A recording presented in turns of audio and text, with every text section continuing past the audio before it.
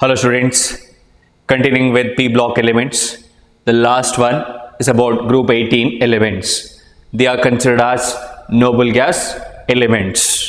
Okay, there are how many elements? As usual, there are 6 elements: helium, neon, argon, krypton, xenon and radon.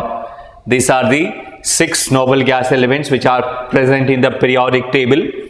So group 18 elements are called as noble gases because of their inertness. They are the least reactive elements present in the periodic table. Here occurrence. All the noble gases except radon occur in atmosphere. Ello kuda atmosphere alle irtade, but the abundance enirtade nodi, the percentage is very less except radon. Radon ondu bitre, so it is produced by the radioactive decay. Adondu bitre matte ellovu kuda ellirtade atmosphere alli irtade. In dry air, okay, the percentage of abundance in dry air is only 1%. 1% nasu noble gases gal irtave. Argon is a major constraint of it. Adara major constant one mark keltare. The major constraint of what dry air, the noble gas yaudu adu argon, which is present in more quantity. Its abundance is more when compared to other. Helium and neon are found in minerals of radioactive origin. Idರಲ್ಲಿ pitch blende, monazite, cleveite. Okay, these are the sources of helium which are usually radioactive. So from this we can obtain helium and neon. Idannu kuda ಒಂದು mark keltare. Next, the main commercial source of helium is natural gas. Idannu ಒಂದು ಎರಡು ಸಲ exam ಅಲ್ಲಿ ಕೇಳಿದ್ದಾರೆ. This is very important. The main commercial source of helium is natural gas. Radon is obtained as a decay product of radium 226. So it undergo decay, alpha decay ಆಗ್ತದೆ, helium nuclei ಹೊರಗೆ ಬರ್ತದೆ. So ಇಲ್ಲಿ ಏನಿದೆ, radium ಇದೆ 226, its atomic mass, ಇಲ್ಲಿ atomic 222 is its atomic mass. Okay, 88 atomic number, 86 atomic number. Radon is obtained by the radioactive decay of radium. ಇದನ್ನು ಒಂದು ಮಾರ್ಕಿಗೆ ಕೇಳ್ತಾರೆ. Next, xenon and radon are the rarest elements. Group 18 ಅಲ್ಲಿ rarest ಯಾವುದು? xenon ಮತ್ತೆ radon. Next is about their properties. Let us discuss one by one. Let us start with electronic configuration. All the noble gases except helium shows ns2 np6 configuration. Is it correct? Helium ಒಂದು ಮಾತ್ರ ns2 ತೋರಿಸುತ್ತದೆ. Rest of the elements they show ns2 np6 configuration. Next, the second one is about ionization enthalpy. These noble gas elements, they have a stable octet configuration, okay, which is assumed to be a more stable configuration of an element. Due to stable electronic configuration, these gases exhibit very high ionization enthalpy. You know, from noble gas configuration, even from a stable configuration, half filled and completely filled orbitals are present in any element. There is a difficulty in removing the electron. They have very high ionization enthalpy. So due to stable electronic configuration, these gases exhibit very high ionization enthalpy. And this decreases down the group. As usual, ionization enthalpy decreases down the group. As the size increases, electron can be easily removed from a outermost shell. Next is about the atomic radii. Down the group, what happens? Atomic radii increases as usual trend. There is no exception. Next, electron gain enthalpy. See, they have large positive values for electron gain enthalpy. They are not ready to accept or they are not ready to gain electrons because why? They are already having octet configuration. They have completely filled valence shells. So they are not ready to accept electrons. That's why they have very large values for electron gain enthalpy. Okay, they do not have a strong affinity towards the incoming electrons. Okay, they never accept electrons. Okay, that's why they have positive values for their electron gain enthalpy. Next, they have no tendency to accept the electrons. Next, let us see the physical properties of these elements, noble gas elements. They are monoatomic. They have low melting and boiling point. Why they have low melting and boiling point? In between the noble gas elements, we can see only dispersion forces. Okay, only the one force is present. The weakest one is dispersion force. That's why they have very low melting and boiling point. Helium has the lowest boiling point among them, so which has 4.2 Kelvin of melting point. They have a property of diffusing through rubber, glass or plastics. See, in laboratory, the storage of these noble gas elements is not an easy task because ನೀವು plastic bottles ಅಲ್ಲಿ ಹಾಕಿ, rubber ಅಲ್ಲಿ ಹಾಕಿ, glass ಅಲ್ಲಿ ಹಾಕಿ, ಏನಾಗುತ್ತೆ, it diffuses through rubber, glass or plastic. So handling of these noble gas elements in the laboratory is not an easy task. Is it clear? Yes. Next is about the chemical properties. So these are chemically inert. There is nothing to discuss. Tumma ಏನು discuss ಮಾಡಲಿಕ್ಕಿಲ್ಲ. But even though they are inert, some of the elements in the periodic table like xenon undergoes reaction and it forms some molecules or compounds. They are chemically inert. Exam ಕೇಳ್ತಾರೆ, give reason why noble gas elements are chemically inert. The reasons are they have completely filled ns2 np6 electronic configuration in their valence shell. This is the one reason. The second one, they have high ionization enthalpy and more positive electron gain enthalpy. They are not ready to gain electrons. Negative oxidation state baruvanta chance illa. And even the second thing is they have very high ionization enthalpy. The reactivity yavaga irtade when it loses electron. When they lose electron, then they show certain type of reactivities. When they gain electron, then also they show some type of reactivity. But here they are not ready to lose their electron, even they are not ready to gain the electron, so they are less reactive when compared to other elements in the periodic table. Is it clear? ಈ ಎರಡು points ಗಳನ್ನು correct ಆಗಿ ನೆನಪಿಟ್ಕೊಳ್ಳಿ. ಎಲ್ಲಾದರೂ ಎರಡು ಮಾರ್ಕಿಗೆ ಕೇಳಿದ್ರು ಕೇಳಬಹುದು. Why noble gas elements are chemically inert? Because of these two reasons. They have completely filled ns2 np6 electronic configuration in their valence shell. The second one, they have high ionization enthalpy and more positive electron gain enthalpy. Is it clear? Yes. Next, we are continuing with the reactivities of these noble gas elements. Their name itself suggests they are noble.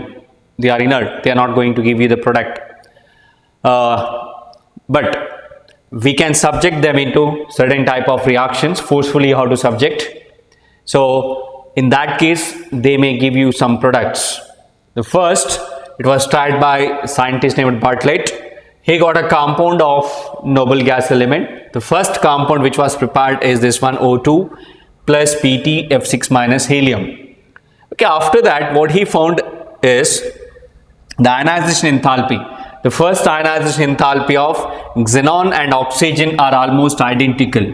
So based on that, he subjected xenon into different kinds of reaction.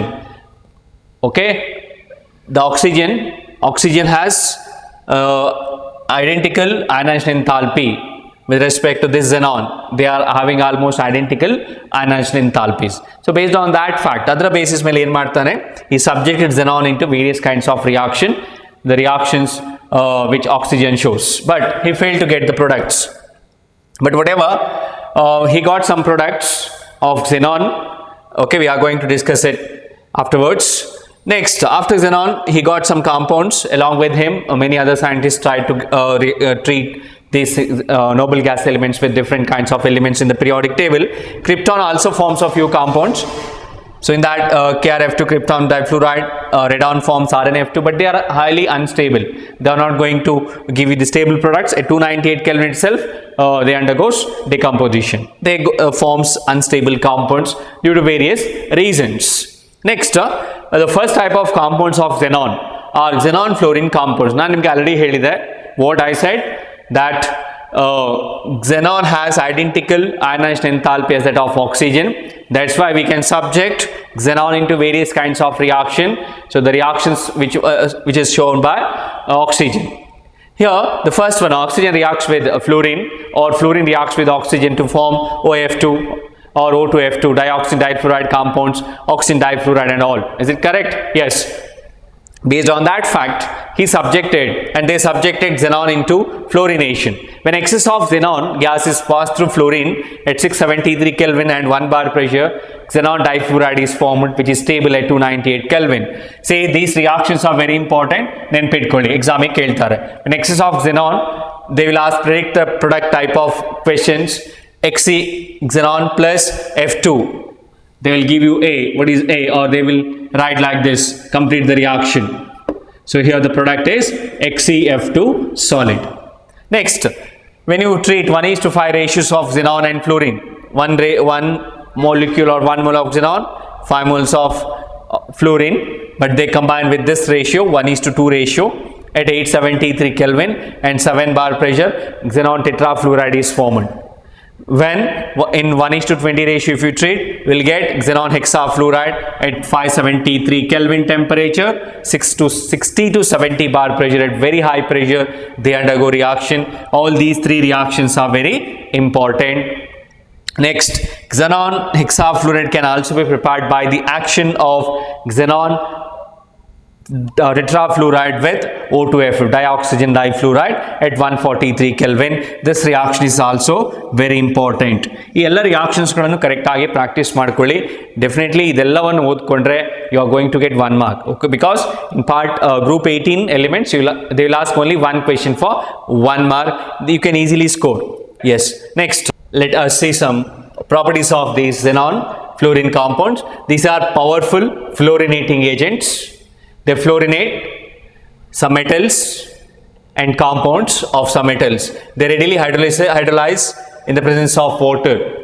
The reaction is given like this: xenon difluoride XeF2 in presence of water. Even in the presence of traces of water, it gets hydrolyzed to form xenon gas. Again, noble gas will be formed along with oxygen and HF.